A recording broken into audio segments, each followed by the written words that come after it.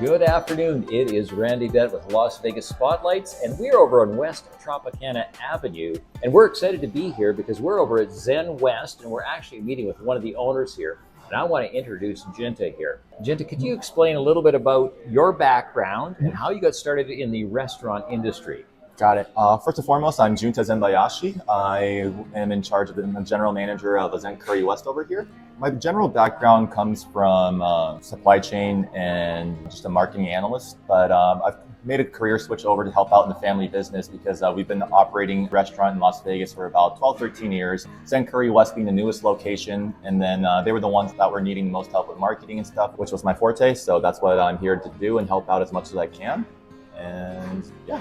So then, I believe this location started last summer sometime, is that correct? Yes, sir. It started last June. We've had our anniversary about 2 months ago, and then we're doing a whole lot better, but we can always do more, and we'd love to invite more of our local friends over because what I've found out since I've started here about a few months back is that not many people, a lot of regulars that go to our other stores didn't know that we had a location that was closer to their home. So we're hoping to pull a lot more of those people in, and then a lot of people coming in from all over the place in the U.S. So just hoping that we can capture them over here in West Summerlin or South Summerlin and West Tropicana. Sounds super. Sounds super. So since you've only started 1 year ago, but you have 12 years of experience, what was it like starting this location? This location, it was a little bit rougher just because we were taking over an existing sushi restaurant. So it wasn't outfitted the way that we needed it to be. And it took us a while for us to finally align on, okay, like we finally need to pull a plug. We need to have a day or two off to try and shut down and then remodel the place. And I think we put ourselves together a whole lot better than before because it was a lot more of exclusive dining experience and it was a lot more for a dinner centric. Mm-hmm. But at first it was doing well, but then the new novelty wears off, and then a lot of people in the kitchen staff, they knew how to run the kitchen, but they didn't really know how to reach out to customers out here because of the way that they were operating was based out of the methodology that works in Chinatown. But over here in Summerlin, different clientele, different customer bases, so we needed to go a little bit more on the fly and then be creative over here. Yeah, that's good. That's good. So then you chose this mainly because of your family's background and the need, is that correct? Like you never went into college to become a restaurant owner per se?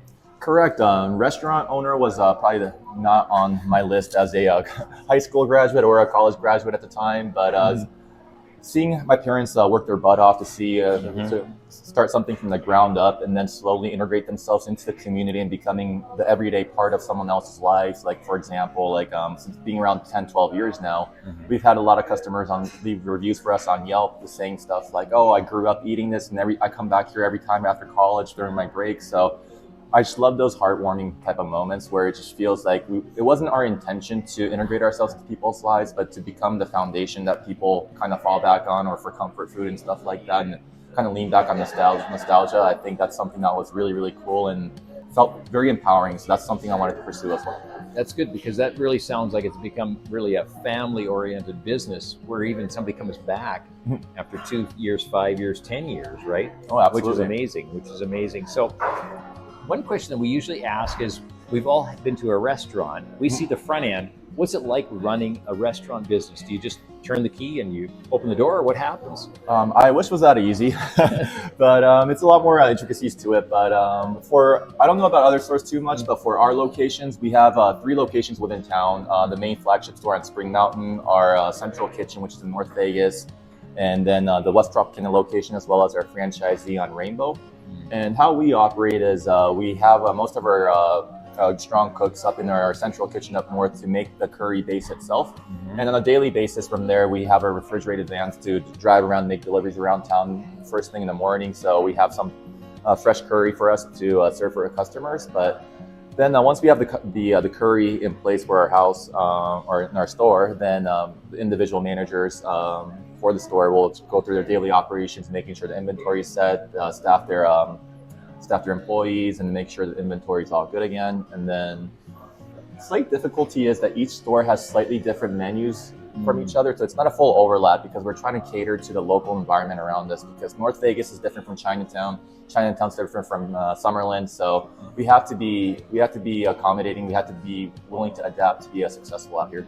That makes sense. That makes sense. So talking about the menu, when you take a look at your menu here or your specials and so on, there must be a half a dozen that always stand out, or what's happening in your location? Okay. The number one thing that definitely stands out is that over here in our location, we have we've been expanding our breakfast offerings here. Oh. We're the only store that's open at 7 a.m. out of any of our locations. So if anyone wants early morning curry, we're the only place that they can get it. And then also we offer breakfast tacos, French toast to kind of accommodate the additional need for other items if you don't want curry first thing in the morning.